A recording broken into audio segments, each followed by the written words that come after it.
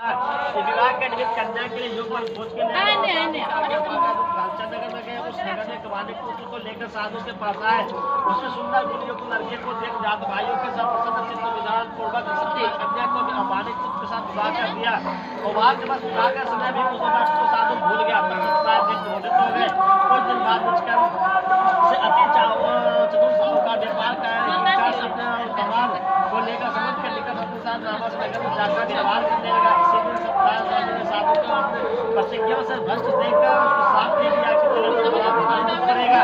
उसी दिन तो चोरों ने राजा का धन को चुरा के पीछे देखे साधु की दिशा को चले। दौड़ते हुए राजा को छिप गए। राजा के दूतों को साधु के निकट आकर राजा के धन को देखा और साधु को बांध कर अनचित और राजा के निकट ले जाकर बोले, हे राजा, दो चोर लाइन को देखकर आज्ञा दे दिया। राजा साधु को देखकर विचार से आज्ञा दे दिया। फिर तो उन्हें कहानी में बंद कर दिया। इस प्रकार दिया। छोटे बोले से चंद्रकेतु राजा ने उन दोनों बच्चों को बच्चों को कुछ भी ना सुना, उनका सब धन नहीं लिया। सिर्फ सत्यनारायण को साफ सामने को दबा और घर स्त्री भी बड़े दुखित हो गए। चोरों ने घर का धन चुरा लिया। आदि ब्याजी से भूखी प्यासी लीलाज की उनकी चिंता में घर घर घूमने लगी और कलावती कन्या ही भी नित्य घूमने लगी। एक दिन साधु रात को भूख से दुखी कलावती ब्राह्मण के घर गए। उसने सत्यनारायण के भक्त को देकर कथा को सुनकर दिन व्रत को मांगे और प्रसाद कहकर कुछ रात में अपने घर आए। तब लीलावती अपनी कन्या को धिक्कारने लगे, हे पुत्र, इतनी रात तुम कहाँ रहे, तेरे मन में क्या है? तब कन्या माता से सत्य वचन बोले, हे माता, परिपूर्ण काली श्री सत्यनारायण के भक्त को ब्राह्मण के घर देखे। लीलावती कन्या के कलावती वचन को सुनकर श्री सत्यनारायण को भक्त करने को उद्यत हुए। पतिव्रता साधु की स्त्री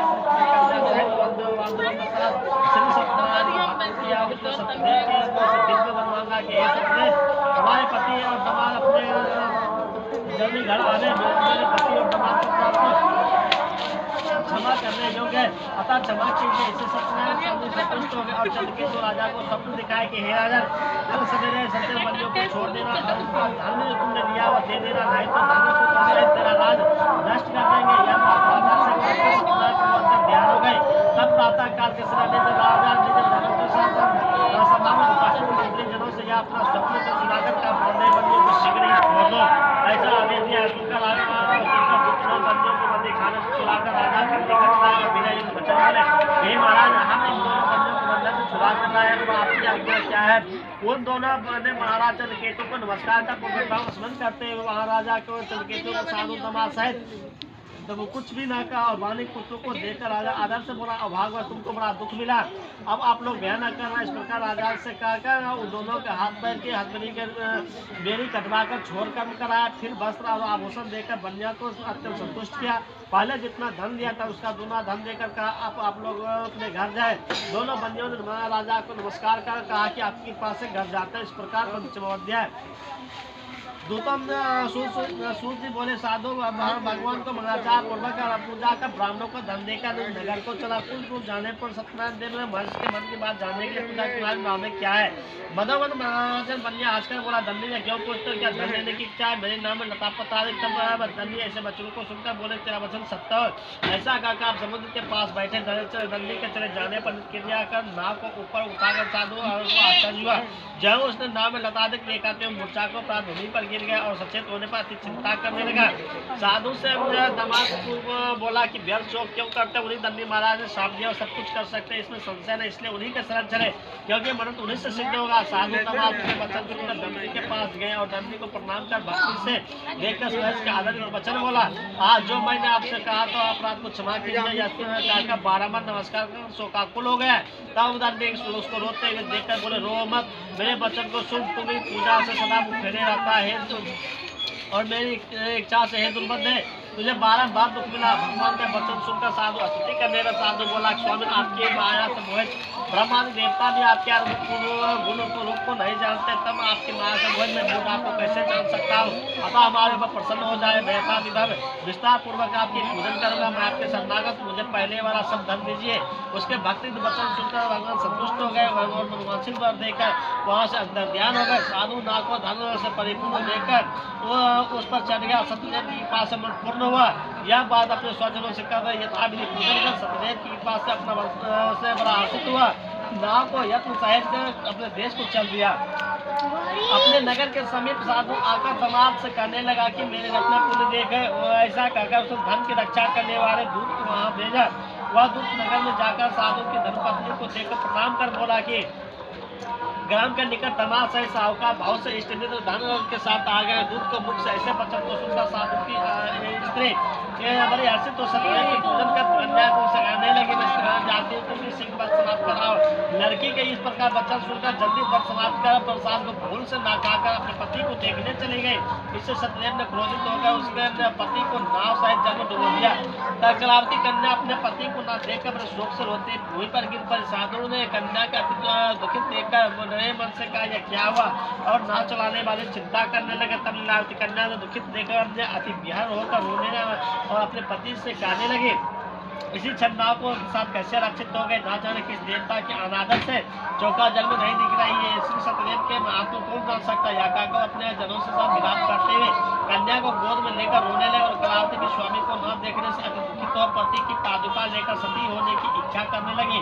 कन्या के अवचरित देखकर धर्म साधु बन्या स्त्री के साथ अत्यंत शोक से युक्त विचार करने लगा कि सत्यदेव की माया से बारंबार चला गया। अब ये भाग्य श्री सत्यनारायण का पूजन करूंगा। इस प्रकार सबको बुलाकर करने लगा और बारंबार जब पृथ्वी पर गिरकर सत्यनारायण भगवान ने संतोष किया। इसी पर दीनों के पालन करने वाले श्री सत्यनारायण भगवान संतुष्ट हो गए। भक्त सत्यदेव की पास आकाशवाणी हुई कि तुम्हारी कन्या प्रसाद को त्याग कर पति के देखने चली आए। इसी कारण इसका पति अदृश्य हो गए। या यदि अपना कोई घर जाकर प्रसाद को भक्षण कराएगी तब पति की सुनने पाएगी। कन्या ने आकाशवाणी सुनकर शीघ्र ही घर जाकर प्रसाद को भक्षण कर अपने पति की पादुका देखकर पति को देखा। तब कलावती संतुष्ट होकर अपने पिता से कहने लगे, आप शीघ्र ही घर चलिए, विलंब न करिए। कन्या के वचन सुनकर साधु तमाम से संतुष्ट होकर धन और बंधुओं के साथ अपने घर को गया। उस दिन सुबह हर महीने और संक्रांति में विधि पूर्वक सत्यदेव की पूजा करने लगा। इस तरह प्राप्त कर वह अंत सत्य चला गया। फिर सूर्य जी कहने लगे कि श्रेष्ठ, हम आपसे और भी कथा कहता हूँ, उसको सुनिए। इस प्रकार षष्ठो अध्याय।